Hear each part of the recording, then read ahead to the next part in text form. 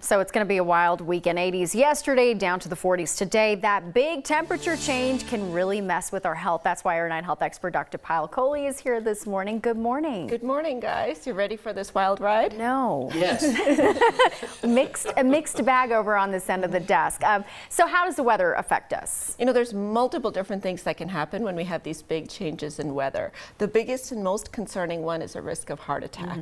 And there's a study out of Michigan that tells us that every 5 points decrease in temperature can affect your heart attack risk by 5%. Wow. With the highest being with a 25-point or more swing, which you just told us Yes, that we're indeed. definitely going to have. And the reason that happens is because your blood vessels constrict, your blood pressure goes up. So if you're somebody who has high blood pressure, your pressure could suddenly spike this weekend. We can also, as we were talking just now, have changes in our allergies. Yes, I'm a sufferer. Our sinuses, and then also in lung disease, because asthma is triggered by cold air, by wheezing, and so that can be certainly a problem as well. Yeah. And certainly when we get that pressure change, the barometric pressure, a lot of people have said to me, oh, I know that storm's coming, I can feel it in my knees. And I'll ask you this, but I've always heard that women who are pregnant can go into labor early because of the pressure change. Very true. All of those things are very true. Wow. And it's not just grandma saying she can feel it in her joints. Right. It's actually a change that happens. And scientifically, we think it's one of two things.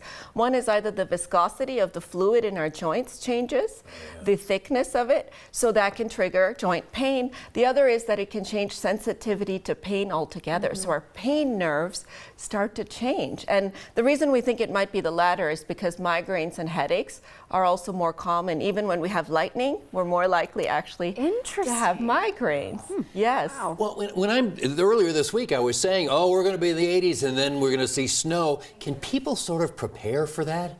They should prepare for that because many of us, even the ones that are healthy, can have a phenomena called low barometric pressure fatigue because our blood sugar changes when the pressure changes. So one thing we want to do is to drink lots of water. We want to make sure that we're eating small, regular meals. So no skipping meals, no intermittent fasting today.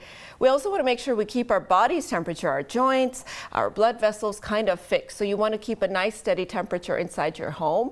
And if you're going outside, you definitely want to dress in layers. And then sleep is the last big piece of that. So make sure you don't mess up your sleep schedule. Don't drink any extra alcohol today because it's really important to give some TLC to our body. So kind of beefing up the body, prepping it for the changes to come. Exactly right. And there's really some science behind what I said. There, see that? Science. Right. All right, Dr. Kohli, thank you so much.